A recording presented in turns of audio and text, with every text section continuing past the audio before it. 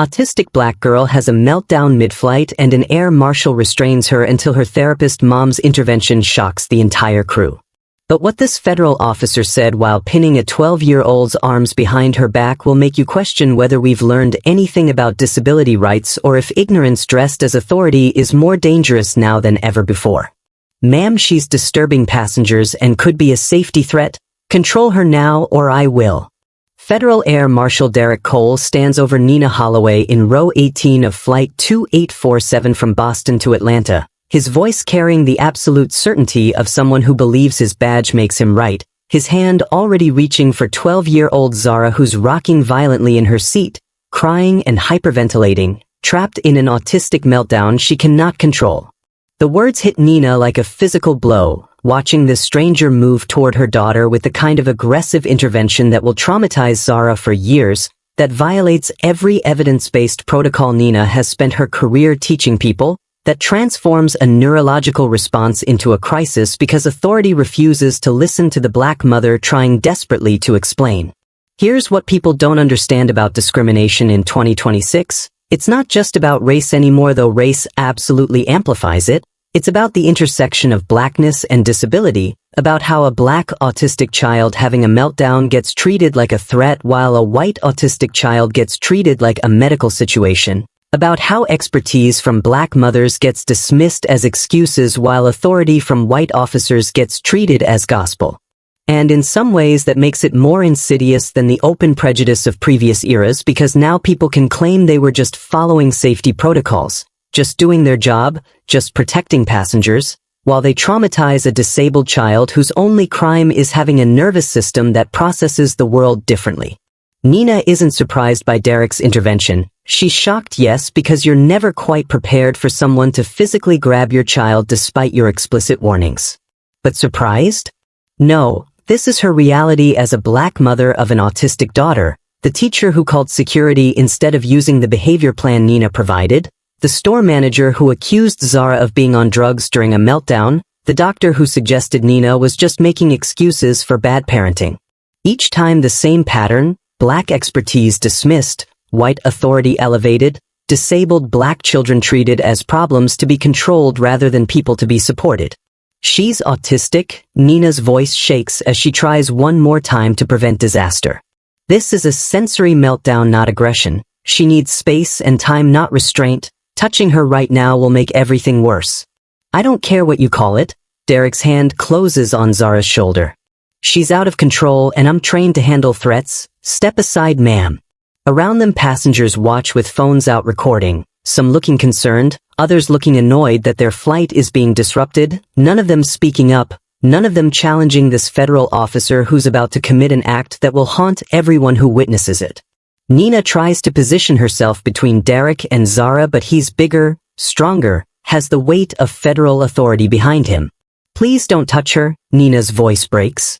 I'm a clinical psychologist specializing in autism. I know what I'm talking about. Restraint during meltdown causes severe trauma. Ma'am, final warning. Derek pushes past her. Move or I'll have you restrained too for interfering with flight safety.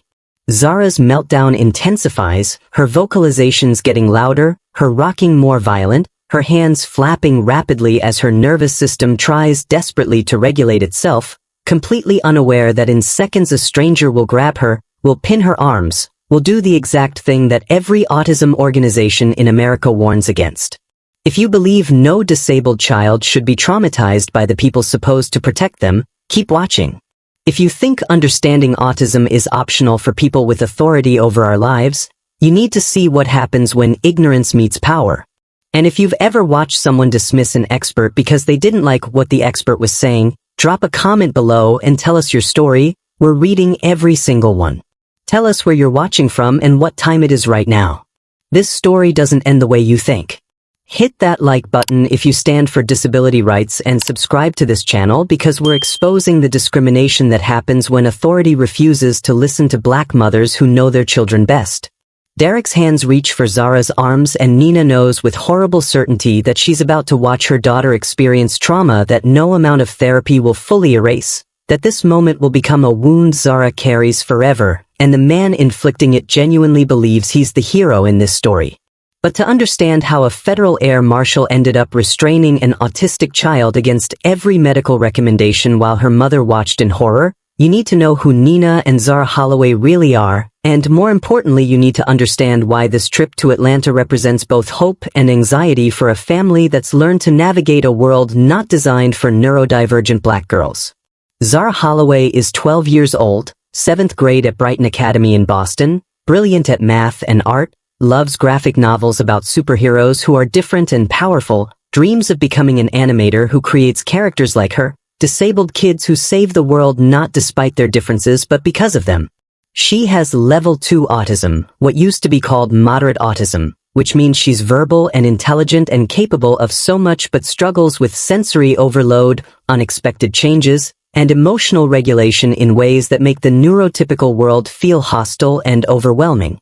She's not broken or defective, just wired differently, processes sound and light and touch with an intensity most people can't imagine, finds comfort in routines and patterns, communicates her distress through behaviors that look strange to people who don't understand that rocking and humming and hand flapping are how her nervous system stays regulated. She's polite and kind, wants desperately to be good, lives with the constant fear that her autism makes her a burden, that her meltdowns embarrass her mother, that maybe if she just tried harder she could be normal.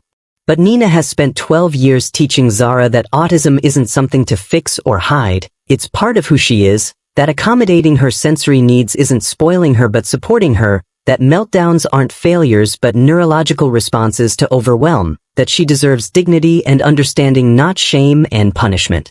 Nina Holloway is a clinical psychologist at Boston Children's Hospital, one of the leading autism specialists in New England, spent 20 years studying behavioral therapy and sensory integration, literally wrote the training manual the FAA uses for handling passengers with autism, though clearly not everyone reads it.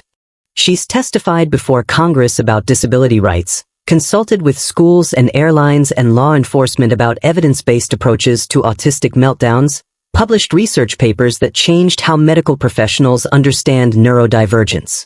She's also a single mother. Zara's father left when Zara was 3, saying he couldn't handle raising a disabled child, leaving Nina to build a life where her expertise professionally didn't always translate to acceptance personally, where people still questioned her parenting, still suggested Zara just needed more discipline, still treated autism like bad behavior instead of a neurological difference. This trip to Atlanta is for Nina's brother Marcus's wedding, a joyful family celebration that Zara has been anxious about for weeks, worried about the sensory chaos of reception music and unfamiliar relatives and disrupted routines, but also excited to see her uncle marry someone who treats Zara with genuine acceptance and kindness. Nina prepared meticulously like she does for every trip, packed Zara's noise-canceling headphones that filter overwhelming sound, fidget tools that give her hands something to do, visual schedules that show exactly what to expect, sensory-friendly snacks that won't trigger texture aversions, a medical letter from Zara's neurologist explaining her autism and the accommodations she might need. That morning they woke early, reviewed the visual schedule together, talked through each step of the journey from car to airport to plane to Atlanta, practiced deep breathing exercises for managing anxiety, packed Zara's favorite graphic novel about a girl with super senses who uses them to fight villains. The drive to Logan Airport was calm, Nina's voice steady as she reminded Zara what to expect. Turbulence is normal, loud sounds might happen. If you need to stim, that's okay. If you need to take a break, we'll find a quiet space. Mama's here and we'll get through this together. Check-in went smoothly, the gate agent processing their boarding passes with friendly efficiency, noticing Zara's headphones and fidget spinner and asking kindly if she was excited about the trip. Security was routine, TSA agents professional, one commenting on Zara's graphic novel and sharing that his daughter loves the same series.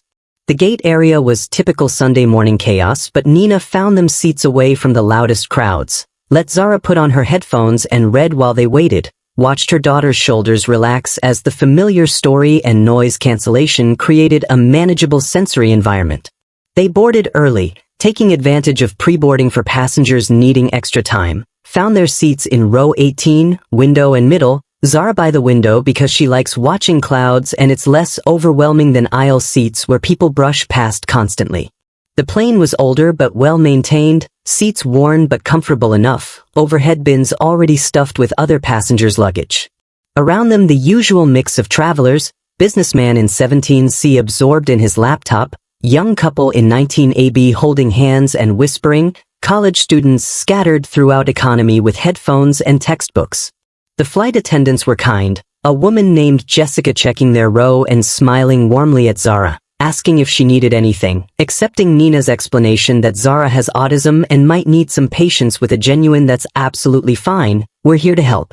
For the first hour everything went perfectly. Zara listened to her carefully curated playlist, read her graphic novel, stymied quietly by tapping her fingers in rhythmic patterns against her armrest, a self-soothing behavior that harmed no one and helped her nervous system stay regulated. Then the captain's voice came over the intercom, unexpectedly serious. "Folks, we're hitting some turbulence ahead. Flight attendants, please take your seats immediately. Passengers, make sure your seatbelts are fastened. This is going to be rough." The plane started shaking, not the gentle bumps of normal turbulence but violent jerking that made overhead bins rattle and passengers gasp, and Nina saw Zara's face change, saw the sensory overload beginning, reached for her daughter's hand knowing what was coming and hoping desperately they could manage it before anyone decided to intervene. Federal Air Marshal Derek Cole sits in seat 14B 4 rows ahead of the Holloways, a 48-year-old white man with 15 years of service, trained in threat assessment and use of force and crisis response, decorated for his performance during 3 separate in-flight security incidents, confident in his ability to identify danger and neutralize it before anyone gets hurt. But Derek Cole has 0 training in autism, 0 education in developmental disabilities, 0 understanding of neurodivergence, his entire framework for understanding human behavior built on the assumption that unusual equals threatening, that non-compliance equals aggression, that mothers who aren't controlling their children must be negligent or incapable. He hears Zara's vocalizations, the loud humming that's trying to block out overwhelming sensory input, the crying that accompanies her hyperventilation, the sounds of distress that to his untrained ear sound like a child throwing a violent tantrum at 30,000 feet. He turns in his seat, looks back, sees a black girl rocking so hard her whole body moves, her hands over her ears, her face contorted with what he interprets as rage but is actually sensory agony, and he sees her mother sitting beside her looking calm, not yelling or grabbing or forcing compliance, just sitting there doing what Derek perceives as nothing. His assessment forms instantly: child out of control, possible danger to herself and other passengers, mother either unable or unwilling to handle the situation, intervention required immediately. Derek unbuckles his seatbelt despite the turbulence, moves down the aisle with the practiced balance of someone who's worked flights for 15 years, approaches row 18 with his federal authority radiating from every movement.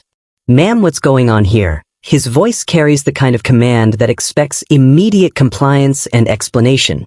Nina doesn't look away from Zara, her focus entirely on her daughter, her voice steady despite the stress.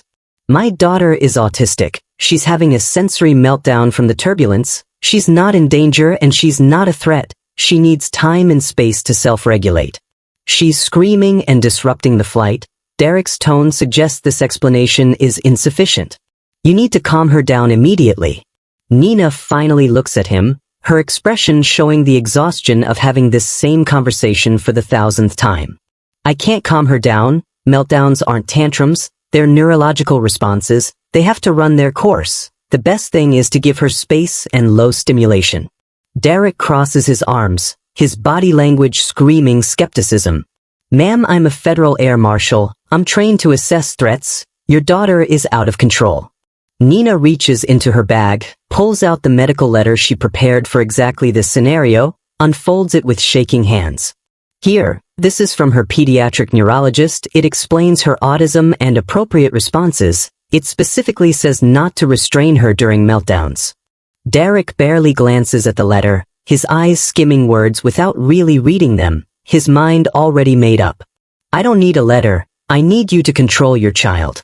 Nina feels her professional composure cracking, her mother's desperation bleeding through. She's not a child who needs controlling, she's a child having a medical episode. Would you tell someone having a seizure to control themselves? "This isn't a seizure," Derek's voice hardens. "This is a behavioral problem, and if you can't handle it, I will." "It is absolutely not a behavioral problem." Nina's voice rises despite her attempt to stay calm. She has autism. This is a disability-related response. She cannot control it any more than you can control your heartbeat. Zara's meltdown continues beside them, her vocalizations getting louder as the conversation adds more stimulation to her already overwhelmed system, her body starting to rock harder, her hands now hitting the sides of her head in an attempt to create competing sensory input that might override the unbearable intensity of everything else. Nina sees this, recognizes the self-injurious behavior starting, gently places her hand between Zara's head and her fist, protecting without restraining, redirecting without controlling, using techniques she's developed over 12 years of helping her daughter through hundreds of these episodes. Derek sees a child hitting herself, sees the mother not stopping it forcefully enough, sees what he interprets as dangerous behavior escalating. "Ma'am, she's hurting herself. I need to restrain her for her own safety." The words hit Nina like ice water, every alarm bell in her professional and maternal brain screaming.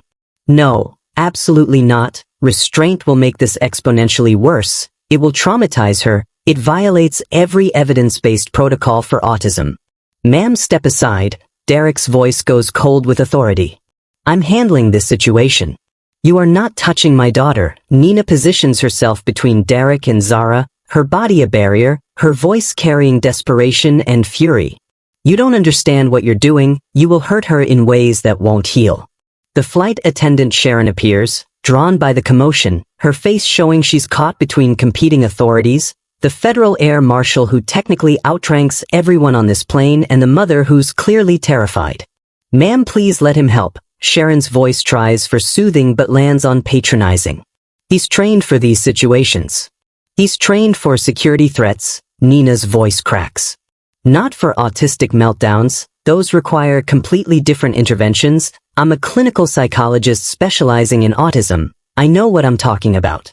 But Derek has already made his decision, his hand reaching past Nina toward Zara, his training telling him that physical control equals safety, that restraint prevents injury, that sometimes you have to hurt people a little to help them a lot. "Do not touch her." Nina tries to block him, but he's bigger, stronger, has federal authority and 15 years of confidence that he knows how to handle crisis situations. "Ma'am, if you don't move, I'll have you restrained too for interfering with flight safety." Derek's voice leaves no room for argument. And Nina knows with horrible certainty that she's about to watch her daughter experience the exact trauma she's spent her entire career teaching people to prevent, that this man's ignorance wrapped in authority is about to inflict wounds that therapy might never fully heal.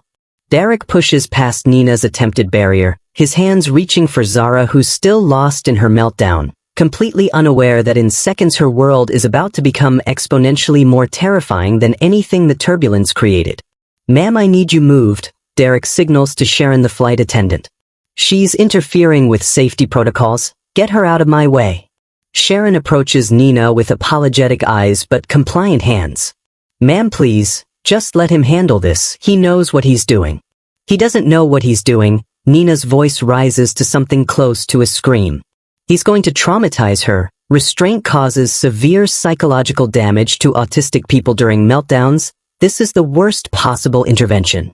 But Sharon takes Nina's arm, tries to pull her back, and in that moment of distraction Derek's hands close around Zara's wrists, pulling them away from her ears, behind her back in the standard restraint position he's been trained to use on aggressive passengers. Zara's scream changes quality, transforms from the distressed vocalizations of sensory overload to pure terror and agony, the sound that comes from a child whose worst nightmare is manifesting, whose sensory system is already overwhelmed and now has the added horror of unwanted touch, of being held, of losing control of her own body. "No, no, no, no," Zara's words come out between screams. "Hurts, let go, mama, make it stop. Please, please, please." Nina lunges forward but Sharon holds her back. The flight attendant's grip surprisingly strong. "You're making it worse," Sharon says with misguided conviction. "Let him calm her down." "He's not calming her," Nina sobs. "He's destroying her. Look at her face, she's terrified." Derek maintains his grip on Zara's wrists, pulling them tighter as she thrashes, his training telling him that resistance means he needs to hold firmer, that she'll calm down once she realizes she can't fight him, that this is temporary discomfort for long-term safety. She needs to stop resisting. Derek's voice is calm, professional, completely oblivious to the trauma he's inflicting. Once she calms down, I'll release her, but she has to stop fighting first. She can't stop fighting, Nina screams. Her nervous system is in complete overload. You're adding physical restraint on top of sensory crisis? This is neurological torture. Zara's thrashing becomes more violent, her body trying desperately to escape the unbearable sensation of being held, of hands on her skin, of her arms pulled at angles that hurt, of every single terrible thing her autism makes worse, all happening at once. Her vocalizations shift again, becoming less words and more animal sounds of distress, her hyperventilation getting worse, her face turning red then pale, her eyes wide with panic that looks like she's being murdered not helped.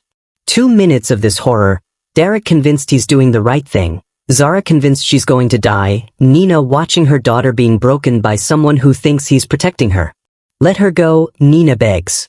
Please, I'm begging you, you're traumatizing her. This will cause PTSD, she'll never be the same, please just let her go. Almost there, Derek says like he's encouraging a child through a difficult moment. She's starting to tire out, once she stops fighting she'll be okay. But Zara isn't tiring out in any healthy way, she's shutting down, her nervous system doing what it does when trauma becomes too much to process, when the only escape from unbearable reality is to disconnect from reality entirely. Her thrashing slows not because she's calming but because she's dissociating, her body going limp, her screams fading to whimpers then silence, her eyes open but vacant, staring at nothing, gone somewhere deep inside herself where Derek's hands can't reach. Nina recognizes this immediately, has seen it in her most severely traumatized patients, knows exactly what it means and how hard it is to come back from. You've broken her, Nina's voice comes out flat with shock and grief. She's dissociating. Do you understand what you've done? She's not calm, she's traumatized into shutdown. Derek feels Zara go limp in his grip, interprets this as success, as the child finally learning that fighting authority doesn't work, that compliance brings relief. See, Derek releases Zara's wrists, steps back with satisfaction. She just needed to understand that fighting makes things worse, now she's calm. Zara slumps against the window, her body present but her mind somewhere far away, her eyes unfocused, her breathing shallow, no response when Nina touches her face, says her name, begs her to come back. Zara baby please, Nina's voice breaks completely. Come back to mama, you're safe now, he's not touching you anymore, please come back. But Zara doesn't respond, can't respond, has retreated so far inside herself that Nina's voice can't penetrate the walls her traumatized brain built for protection. The businessman in 17C stands, his face showing horror and guilt. I recorded that whole thing, his voice shakes. That was abuse. I just watched a federal officer abuse a disabled child. 3 other passengers pull out their phones, similar recordings, similar expressions of shock and complicity, witnesses who watched and filmed but didn't intervene until it was too late. If you've ever watched someone in authority hurt a vulnerable person and told yourself it wasn't your place to interfere, if you've ever seen a disabled person being mishandled and stayed silent because you didn't want to cause a scene, this moment should haunt you. 4 adults recorded Zara being traumatized and not one of them stepped between her and her abuser until the damage was done. Subscribe if you believe bystanders who film abuse instead of stopping it share responsibility for the harm, like this video if watching suffering without acting makes you complicit, because what happens next will show you that sometimes the only thing worse than abuse of power is the silence of witnesses who could have prevented it. Nina pulls Zara into her lap, holds her daughter's unresponsive body, rocks her gently while tears stream down her face, whispers apologies and reassurances that Zara can't hear, mourns the trust and safety that Derek's ignorance just destroyed. She's not responding, Derek's voice carries the first hint of uncertainty. Is she okay? Nina looks up at him with eyes full of fury and devastation. No, she's not okay, she'll never be fully okay again. You just gave my daughter PTSD because you were too arrogant to read a medical letter or listen to an expert. You traumatized a disabled child and you still think you did the right thing. I was protecting her, Derek's voice wavers. She was hurting herself, I had to stop her. You didn't stop anything, Nina's voice is ice and fire. You escalated a manageable meltdown into severe trauma, you took a frightening situation and made it catastrophic, And now my daughter is dissociated and nonverbal and I don't know when or if she'll come back fully. Sharon stands nearby wringing her hands, her face showing she's beginning to understand the magnitude of what just happened. Should we call for medical? Maybe she needs a doctor? She needs her mother and time and safety, none of which you people provided. Nina doesn't look away from Zara's vacant face.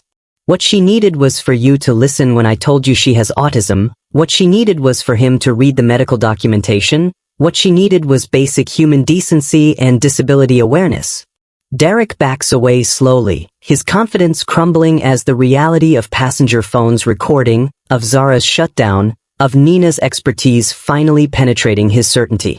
Nina continues holding Zara's limp body, her daughter's eyes still vacant and staring, the dissociation so complete that Zara might as well be 1,000 miles away instead of right here in her mother's arms, and something shifts in Nina, the desperate mother receding and the clinical professional emerging with cold precision.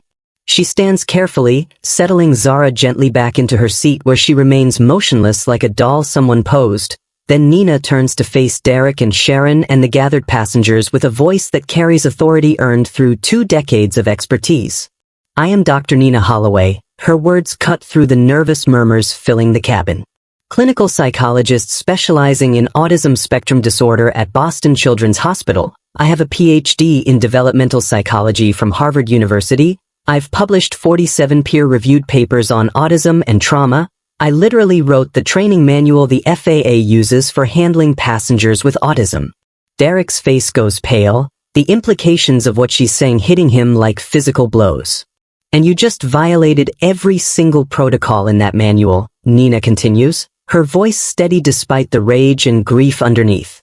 Every evidence-based intervention for autistic meltdown says the same thing: provide space, reduce stimulation, avoid physical contact unless the person is in immediate danger of serious injury, never restrain. She pulls out her phone with shaking hands. I'm calling the captain right now, then I'm calling my colleague who chairs the American Psychological Association's Autism Division, then I'm calling a disability rights attorney, then I'm filing formal complaints with the FAA, the Air Marshal Service, and the Department of Justice. Ma'am, I was just doing my job. Derek's voice has lost all its earlier certainty.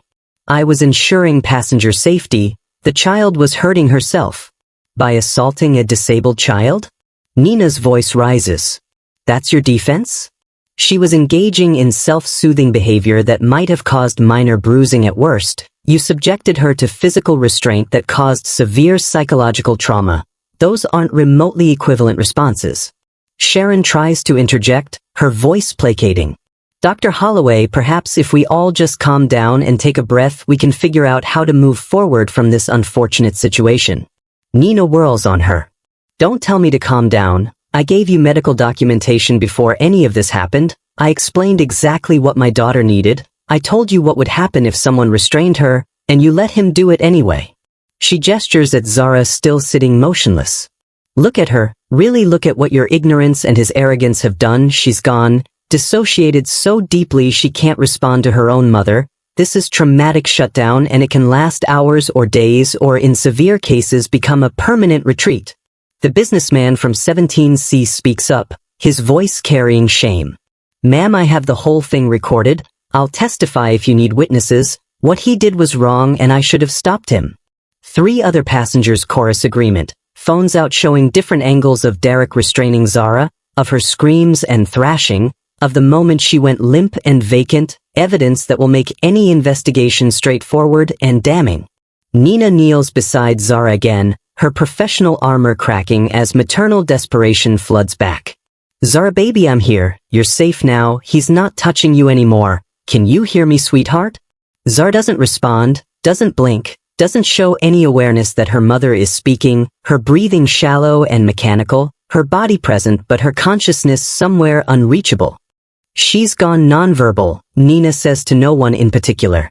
This is a trauma response to the restraint. She may not speak for hours or days. This level of dissociation indicates severe psychological injury. She turns back to Derek, who's standing frozen like he's just realizing his entire career might be ending. You did this. You took a scared autistic child having a sensory meltdown and you traumatized her so badly she retreated completely from reality, And you did it because you assumed you knew better than an autism expert and a mother who's managed her daughter's disability for 12 years. I didn't know. Derek's voice comes out weak. Nobody told me she was autistic. I just saw a child out of control. I told you. Nina's voice could cut steel. Multiple times I told you. I showed you medical documentation that you refused to read. You made assumptions based on what you saw instead of listening to what I explained. And now my daughter is paying the price for your willful ignorance. She pulls out her phone again, dials with decisive movements. Captain Williams, the first need to speak with you immediately. This is Dr. Nina Holloway in seat 18D. There's been a serious incident involving your Air Marshal and my disabled daughter. The intercom crackles, Captain Williams's voice coming through. This is Captain Williams. What's the nature of the incident, Dr. Holloway? Your federal Air Marshal just physically restrained my 12-year-old autistic daughter during a sensory meltdown despite my explicit warnings that restraint would cause severe trauma. Nina's voice is controlled fury.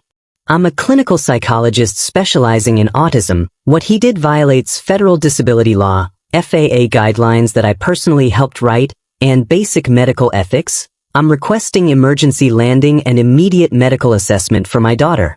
There's silence on the other end. Then Williams's voice comes back tighter. Dr. Holloway, Air Marshal Cole reported a disruptive passenger requiring intervention for safety reasons. Are you saying his report was inaccurate? I'm saying his assessment was completely wrong, Nina responds. My daughter wasn't disruptive. She was disabled and in distress. There's a fundamental difference. Meltdowns aren't tantrums and autistic people in crisis aren't threats. They're patients having medical episodes. Let me speak with Marshal Cole, Williams says, his tone suggesting he's beginning to understand this is serious. Derek takes the phone reluctantly, his hand shaking slightly. This is Air Marshal Cole. Captain, the situation involved a child who was screaming and engaging in self-injurious behavior. I assessed her as a potential safety risk and implemented restraint protocols. Did the mother provide medical documentation? Williams asks, his voice sharp. Derek hesitates, knows the answer damns him. She showed me a letter, but I assessed the situation based on my training and determined immediate intervention was necessary. That's not what I asked, Marshal Cole. Williams' voice goes cold. Did you read the medical documentation, yes or no? The pause stretches, Derek knowing he can't lie with witnesses and video evidence. No, sir, I did not read it in detail. I made a field assessment based on observed behavior. And did you physically restrain a minor child without parental consent? Williams continues his interrogation. For safety reasons, yes, sir, but the mother was not managing the situation appropriately. Derek tries to justify. Marshal Cole, return to your seat immediately. Williams's voice carries command authority. Do not approach that family again. Dr. Holloway, I'm contacting Ground Medical to meet us in Atlanta. This incident will be fully investigated and documented. Nina takes the phone back. Captain, I want him away from my daughter for the remainder of this flight. I want medical personnel who understand autism waiting when we land, and I want it clear that formal complaints will be filed with every relevant authority. Understood, Dr. Holloway. Captain Williams's voice carries both authority and what might be the beginning of genuine concern. I'm making those arrangements now. Medical will be standing by. Please monitor your daughter and let the flight attendants know if her condition changes in any way. Nina hands the phone back to Sharon, returns her full attention to Zara, who still sits motionless, her eyes fixed on nothing, her chest rising and falling in shallow mechanical breaths that suggest her body is functioning on autopilot while her mind remains somewhere far away. Zara, sweetheart, can you squeeze my hand? Nina tries again, placing her hand in Zara's limp palm. Just a little squeeze to let Mama know you can hear me. You don't have to talk, just squeeze. Nothing, no response. Zara's hand remains completely passive in her mother's grip, no acknowledgement that she feels the touch or hears the words or has any awareness of the world around her at all. The remaining 40 minutes of flight stretch like hours, Nina sitting vigil beside her daughter, trying every technique she knows to reach through dissociation, speaking in soft, reassuring tones, playing Zara's favorite music quietly through her headphones though Zara doesn't react, gently stroking her arm in the specific rhythm that usually comforts her. Derek sits in his original seat 4 rows up, his earlier confidence completely shattered, occasionally glancing back at row 18 with an expression that might be remorse or might just be fear about the consequences heading his way. The businessman from 17C, whose name turns out to be Marcus Chin, leans across the aisle. "Dr. Holloway, I sent you the video via airdrop," he says quietly. "I also wrote down exactly what I heard you tell him before he grabbed her. I'll give a full statement to whoever needs it." "Thank you." Nina's voice is hoarse from crying and yelling. "Thank you for being willing to help now, even though I wish someone had helped then." Marcus flinches at the gentle rebuke. "You're right, I should have physically stopped him. I just froze. I've never seen anything like that and I didn't know what to do." "You could have stood up," Nina says without looking away from Zara. "You could have added your voice to mine. You could have told him he was wrong. Bystanders don't have to be heroes, they just have to refuse to be silent."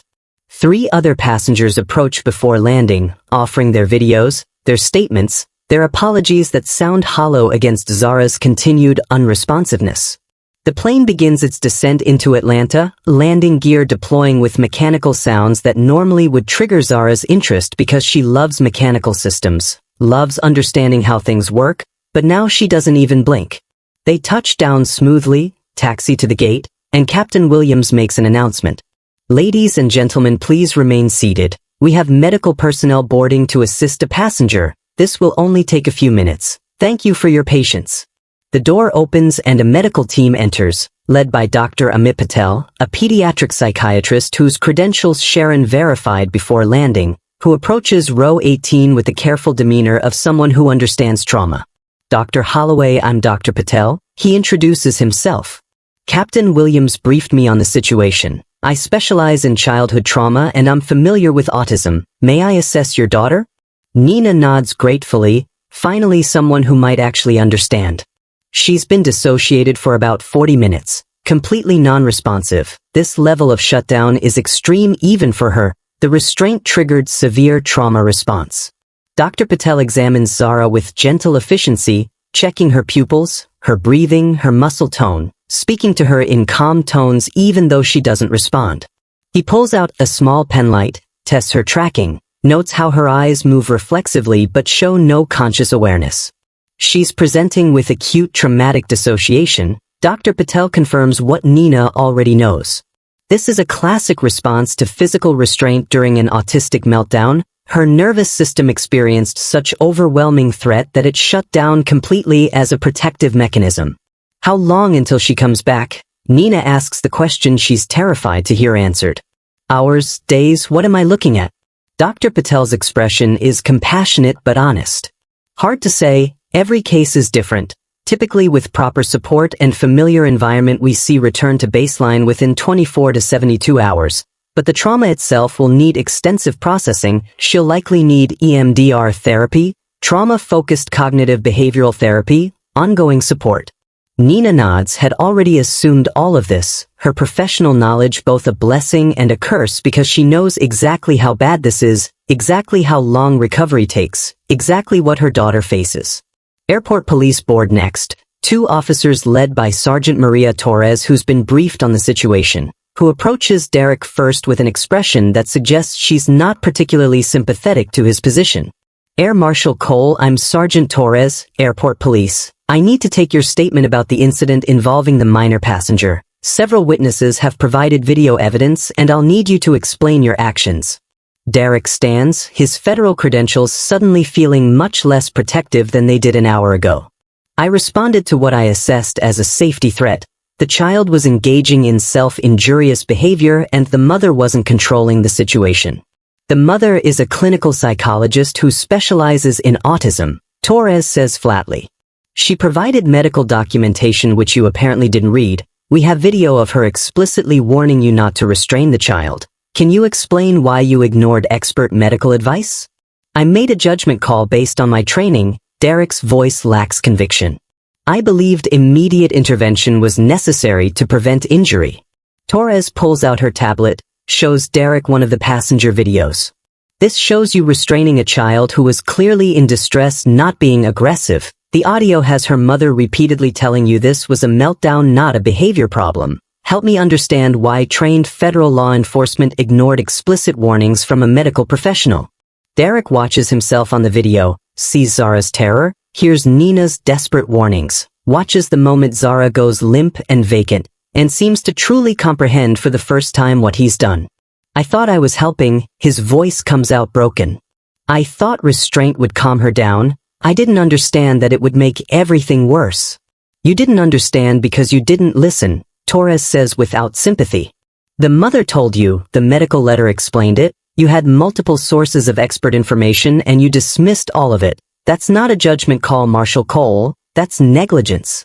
An FAA investigator arrives next, a woman named Janet Morrison who spent 20 years investigating airline incidents, who's seen plenty of Air Marshal overreach but nothing quite like this. She reviews the medical documentation Nina provided, reads the explicit instructions, do not restrain, allow space for meltdown to resolve naturally, typical duration 10 to 15 minutes, contact mother for guidance, then looks at Derek with barely concealed disgust. Marshal Cole, this letter clearly states restraint is contraindicated and potentially harmful. It was written by a board-certified pediatric neurologist and countersigned by a developmental psychologist. You had written medical orders and you ignored them completely. They transport Nina and Zara to a private medical assessment room in the airport terminal, a quiet space away from the chaos and crowds, where Dr. Patel can conduct a more thorough evaluation without the added stress of public scrutiny and curious stares. Zara remains unresponsive through the entire transfer, her body limp and compliant as Nina guides her, her eyes still vacant and unfocused, no reaction when they settle her into a comfortable chair in the medical room, no acknowledgement when Dr. Patel speaks her name or when Nina strokes her cheek. Dr. Holloway, I need you to understand the severity of what we're seeing, Dr. Patel says gently. This level of dissociation indicates profound psychological trauma. Her brain essentially hit an emergency shutdown to protect itself from unbearable distress. Nina nods, tears streaming silently down her face. I know, I've seen it in my most severely traumatized patients. I just never thought I'd see it in my own daughter. Never thought someone would ignore every warning and do the exact thing guaranteed to break her. The trauma wasn't just the physical restraint, Dr. Patel continues his assessment. It was the combination of sensory overload from the turbulence, the meltdown she was already experiencing, then having her safe person, you, unable to protect her from someone in authority, that creates a perfect storm of helplessness and terror. He checks Zara's reflexes again, notes how her body responds to stimuli even though her consciousness doesn't. Her autonomic functions are normal, she's not in medical danger, but psychologically she's retreated to a place where external reality can't hurt her anymore. Bringing her back requires patience and the right therapeutic approach.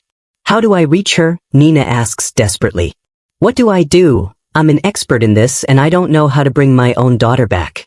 You do what you always do, Dr. Patel says with compassion. You provide safety, consistency, familiar stimuli. You don't force or demand. You just make it clear that when she's ready to come back the world will be safe again. That might take hours or days but she will come back. Meanwhile, in another room, Sergeant Torres conducts formal interviews, starting with the witnesses who recorded the incident. Their statements remarkably consistent, all describing Nina's repeated warnings, Derek's dismissive responses, Zara's clear distress, the traumatic moment when restraint transformed meltdown into shutdown. Marcus Chen provides the most detailed account.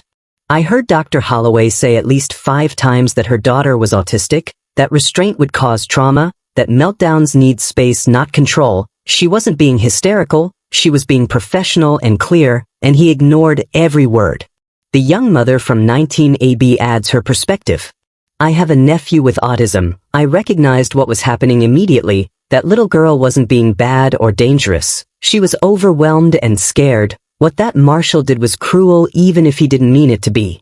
A college student from further back admits his guilt. I filmed it thinking I was documenting something wrong, but I didn't speak up. I should have said something, should have backed up the mom. I just didn't want to get involved and now I feel terrible. Torres takes all the statements, reviews all the videos, builds a case file that makes Derek's actions look increasingly indefensible with each piece of evidence. Clear documentation that this wasn't a difficult judgment call but a failure to listen to explicit medical guidance. She interviews Derek last, finds him sitting with his head in his hands, his earlier confidence completely evaporated. Marshal Cole, walk me through your decision-making process. Why did you choose to physically restrain a child against the mother's repeated objections? Derek looks up, his face showing genuine distress. I saw a child hurting herself. I saw a mother who wasn't stopping it. My training says intervene to prevent injury. That's what I did. Your training also says assess the situation accurately, Torres counters. Multiple witnesses heard the mother explain this was autism-related, that meltdowns are medical events, that restraint causes harm. Why didn't that information change your assessment? I thought she was making excuses, Derek admits. I've seen parents excuse bad behavior before, claim their kids have conditions when really they just need discipline. I thought this was the same thing. Even though she showed you medical documentation from a neurologist? Torres presses. Even though she identified herself as a psychologist specializing in autism? What would it have taken for you to believe her? Derek has no good answer, sits in silence realizing that his assumptions about black mothers and disabled children and behavioral problems led him to dismiss expertise he should have trusted. The FAA investigator Janet Morrison joins the interview, pulls up Derek's service record on her tablet. Marshal Cole, I'm seeing 4 prior incidents in your file involving use of force complaints. 3 of those involved passengers of color. 2 involved passengers who later reported having medical conditions. Do you see a pattern here? Derek stares at the records, seeing his career laid out in black and white, seeing the complaints he dismissed as people being difficult or oversensitive, seeing now that maybe his assessment skills aren't as reliable as he believed. I thought I was good at reading threats. His voice comes out hollow. 15 years doing this job, dozens of real security incidents handled successfully. I thought I knew what danger looked like. Danger doesn't always look like what you expect, Morrison says. Sometimes it looks like a scared, disabled child having a medical crisis, and the real threat is the authority figure too arrogant to listen to experts who know better. Back in the medical room, Nina sits beside Zara, holding her hand, singing softly the lullabies she used when Zara was a baby, the familiar melodies that used to calm her, hoping some part of her daughter's consciousness can hear and remember safety. Come back to me, baby, Nina whispers. Mama's here, you're safe now, nobody's going to hurt you. I promise I won't let anyone touch you without permission ever again. Please just come back. Dr. Patel watches from nearby, his expression sad. Dr. Holloway, you need to prepare yourself for the possibility that even when she comes back, she won't be exactly the same. Trauma changes people, especially children, especially autistic children whose sense of safety in the world is already fragile. I know, Nina says quietly. I know she'll have PTSD. I know she'll struggle with trust. I know flying might be impossible for years. I know all of this professionally, but it doesn't make it hurt less as her mother. She pulls out her phone, calls her brother Marcus in Atlanta, whose wedding they were supposed to attend tomorrow. Marcus, I need to tell you we won't make the wedding. Something happened on the flight. Zara was hurt. We're okay, but we can't come. Marcus's voice fills with immediate concern. What happened? Is she injured? Do you need me to come to the airport? She's not physically injured, but she was traumatized. Nina's voice breaks. An air marshal restrained her during a meltdown. She's dissociated. I don't know when she'll come back. I can't bring her to a wedding in this state.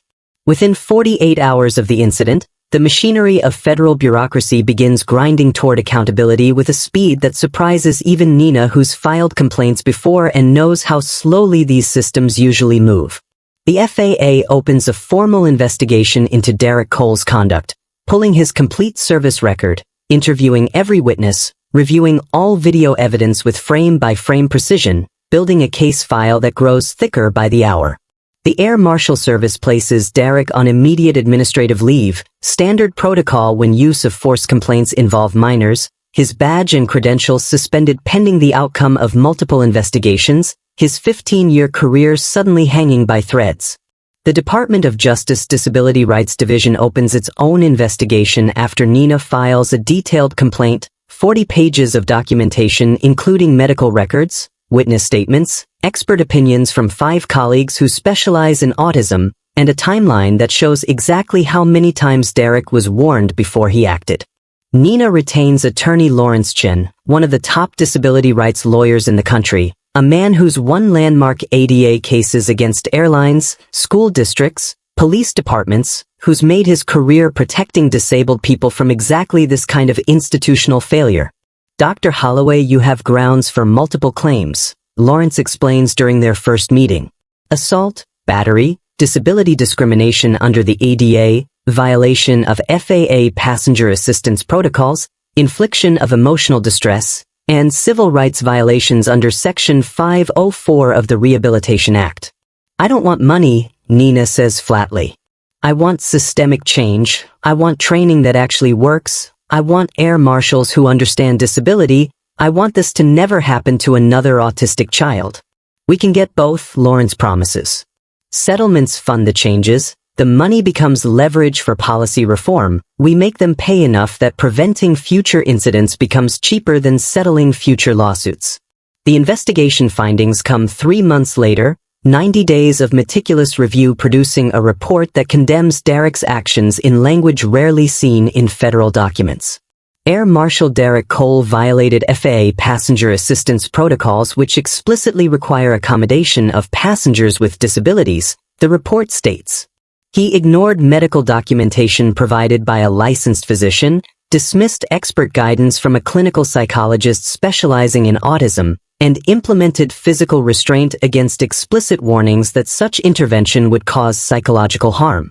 The passenger videos show clear evidence of the mother repeatedly explaining her daughter's disability and appropriate response protocols. The report continues. Marshal Cole's assertion that he was unaware of the child's autism is contradicted by multiple witnesses and audio evidence. His decision to restrain appears to have been based on assumptions about behavior rather than assessment of actual threat. Expert testimony from 5 autism specialists confirms that physical restraint during autistic meltdowns is contraindicated, potentially traumatic, and violates evidence-based practices, the report adds. Marshal Cole's actions transformed a manageable medical situation into a crisis requiring extensive therapeutic intervention. The Air Marshal Service reviews Derek's complete record, finds the pattern Janet Morrison identified, for prior use of force incidents, 3 involving passengers of color, 2 involving undisclosed medical conditions, a history suggesting Derek's threat assessment skills are compromised by implicit bias and inadequate disability awareness. The outcome is decisive. Air Marshal Derek Cole is terminated from federal service effective immediately, his personnel file noting dismissal for excessive use of force, failure to follow protocols, and demonstrated pattern of bias in threat assessment, making him effectively unhirable in law enforcement. Criminal charges are considered but ultimately not filed, prosecutors determining that while Derek's actions were harmful and negligent, they lacked the criminal intent required for assault charges. He genuinely believed he was preventing injury even though he was catastrophically wrong. But civil liability remains, and 6 months after the incident the settlements come through with numbers that make headlines. The federal government settles for $1.2 million, funds designated specifically for Zara's ongoing trauma therapy, future educational needs, and long-term psychological care, acknowledgement that the harm Derek caused will require years of treatment. The airline settles separately for $400,000, their liability stemming from failure to properly train flight attendants in disability accommodation, failure to intervene when a passenger was being harmed, failure to implement their own policies regarding medical documentation. Derek personally faces a $200,000 judgment, more money than he has or will ever have, leading him to file for bankruptcy, losing his house, his savings, everything he built over 15 years of federal service, consequences that feel both deserved and somehow inadequate given what he took from Zara.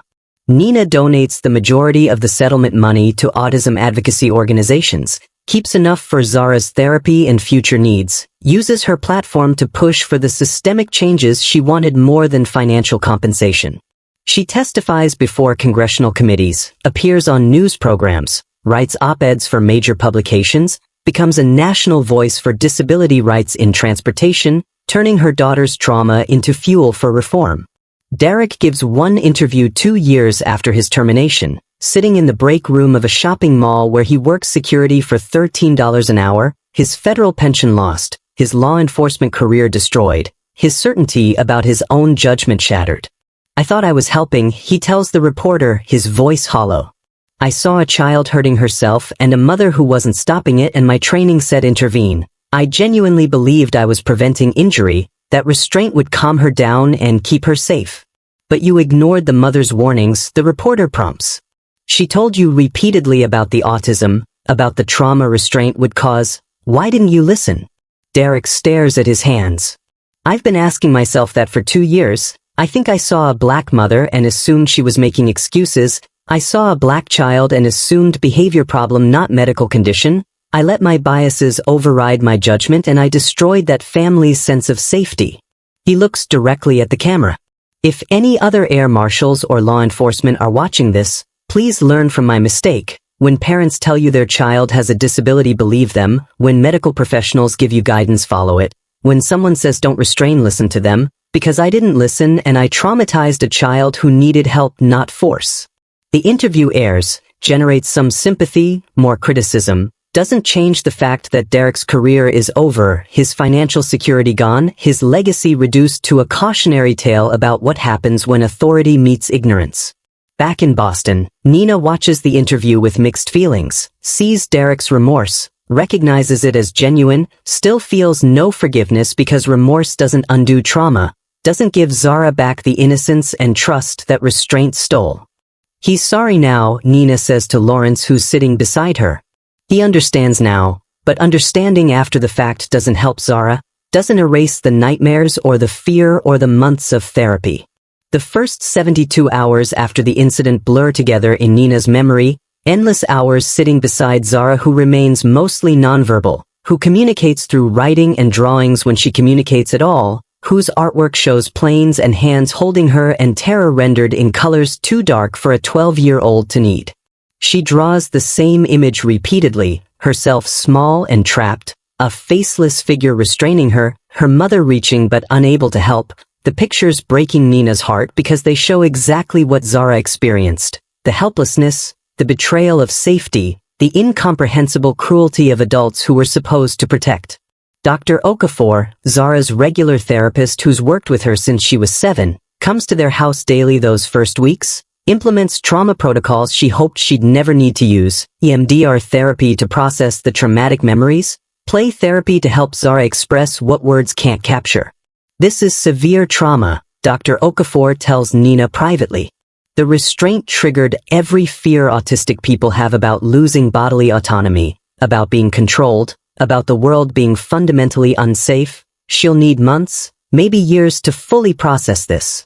The first month is the hardest. Zara slowly regaining verbal communication but remaining profoundly changed, more withdrawn than she's ever been, easily startled by sudden movements, terrified of anyone in uniform, refusing to leave the house because outside feels too unpredictable and dangerous.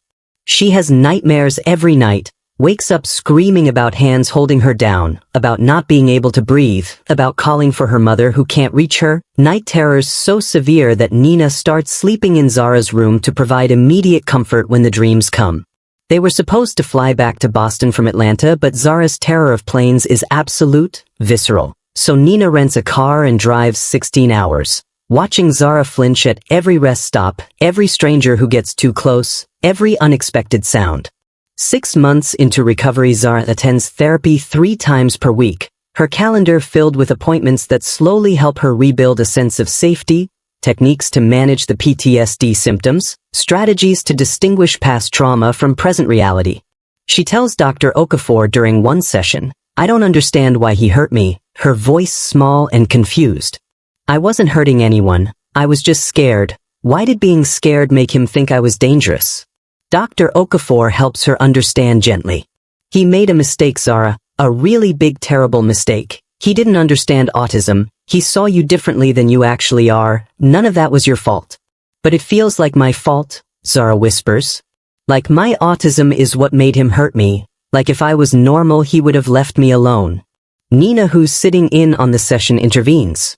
"Your autism isn't what hurt you, baby, his ignorance hurt you, his refusal to listen hurt you. Those are his failures, not yours." 1 year after the incident, Zara returns to school after months of homeschooling. Her teachers briefed on her trauma, accommodations in place for when crowds or noise or unexpected changes trigger her anxiety, a safe space she can retreat to when the world becomes too much. She's found her voice through writing, processes her experience through essays and stories, creates narratives where disabled kids triumph over ignorance, where authority figures listen, where the world learns to accommodate rather than restrain.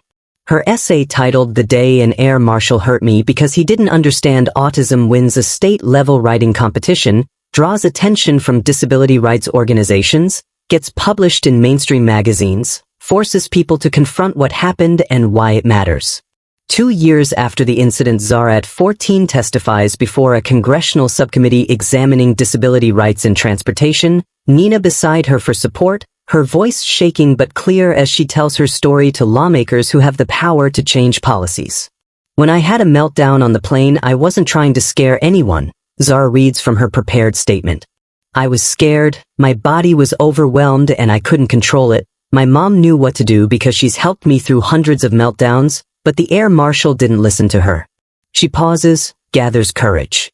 "He didn't read the letter from my doctor. He just saw a black girl acting differently and decided I was dangerous. He hurt me. He held me down even though I was crying and begging him to stop. And now I have PTSD. I have nightmares. I'm afraid of people in uniforms."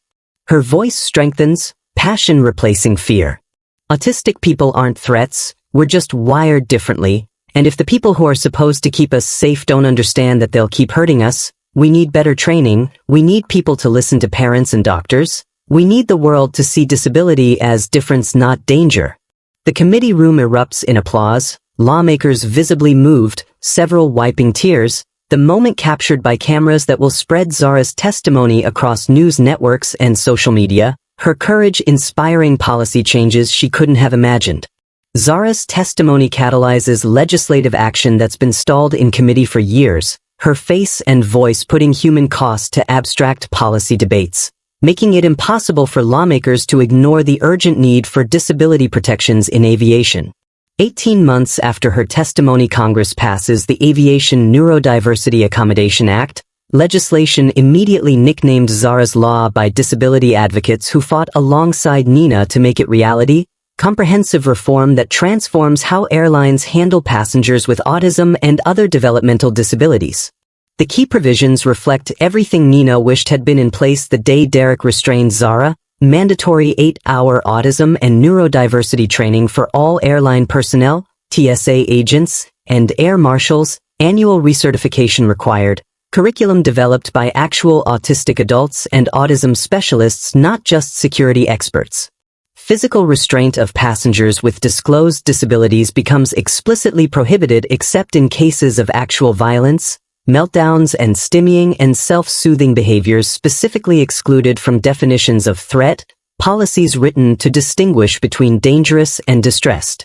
Airlines must provide sensory accommodations upon request, quiet boarding options for passengers who struggle with crowds, sensory kits available on flights containing noise-canceling headphones and fidget tools, designated quiet areas in major airports where overwhelmed travelers can regulate.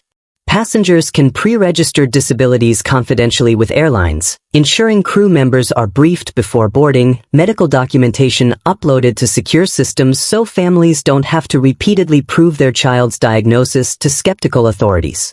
Violations carry real consequences: $50,000 fines per incident, mandatory retraining for everyone involved, civil liability protections removed so families can sue without bureaucratic barriers, accountability written into law instead of left to goodwill.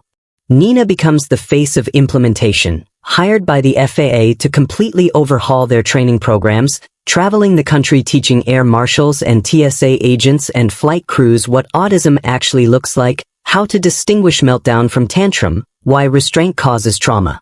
Her message is consistent everywhere she speaks. Autism isn't a threat, ignorance is the threat, assumptions are the threat, refusing to listen to parents and medical professionals is the threat. We can't train away all implicit bias overnight, but we can train people to pause before acting, to read documentation before restraining, to understand that different doesn't equal dangerous. Major airlines implement sensory-friendly travel programs. Delta creates the Hidden Disabilities Sunflower Lanyard system where passengers can voluntarily signal invisible conditions. American Airlines hires autism consultants for all major hub airports. Southwest produces pre-flight videos teaching passengers about autism and appropriate responses. Within 3 years, disability-related incidents on flights drops 76%, restraint of autistic passengers drops 92%, the data proving that education and accommodation work better than force ever did. If you've ever seen someone treated as a threat because they moved or spoke or processed the world differently, if you've ever watched authority punish disability instead of accommodating it, this transformation should matter to you. It took one child's trauma to change an entire industry. Took Zara's courage to testify about the worst day of her life so other disabled children wouldn't face the same harm. Subscribe if you believe one person's suffering should create change that prevents the next person's suffering. Like this video if you understand that real advocacy means turning trauma into policy, because every view spreads awareness that disability rights are human rights and ignorance is never an excuse for harm. Zara at 16 has mostly healed, though the scars remain. She still has occasional nightmares, still feels anxiety when uniformed officials approach, still struggles with trust in ways she didn't before Derek restrained her. Therapy has helped, but some wounds don't fully close. She's become an advocate beyond her years, speaks at conferences about autism and trauma, consults with airlines on their training programs, reviews policies to ensure they actually protect instead of just appearing to protect, uses her experience as expertise that saves others. She testifies at Derek's bankruptcy hearing, not to punish him further but to ensure the record reflects the full cost of his ignorance, stands before the judge and explains calmly that $200,000 doesn't begin to cover years of therapy, lost opportunities, permanent psychological injury. The money doesn't matter, Zara tells the court. What matters is that he learns, that everyone learns, that next time an autistic kid has a meltdown the adults around them understand it's medical not behavioral, that parents get believed, that expertise gets respected. Derek sits in the gallery listening, his face showing he understands the grace she's offering him, the chance to make meaning from his mistake. He nods when she finishes, whispers thank you though she doesn't acknowledge it. Nina watches her daughter speak truth to power, sees the girl who went nonverbal for days now commanding courtrooms, sees trauma transformed, not erased but channeled into purpose, feels pride and grief intertwined. They still can't fly together. Zara's fear of planes remains too deep, but they've found other ways to travel, road trips that take longer but feel safer, trains that let Zara move around when she needs to stim, accommodations that honor her needs instead of forcing her to conform. The law that bears her name helps thousands of autistic travelers yearly, families who board planes with confidence that their children's disabilities will be accommodated, not punished, parents who don't have to fight air marshals for the right to help their own kids. And somewhere in airports across America, flight attendants and air marshals complete their annual autism training, watch videos that include Zara's testimony, learn protocols that might have saved her if they'd existed 3 years earlier, carry forward the lesson that her trauma bought at a price no child should have to pay, that understanding disability isn't optional for people with power over vulnerable lives, that sometimes the most dangerous threat on a plane is the authority figure too, certain of his own judgment to listen when experts tell him he's wrong.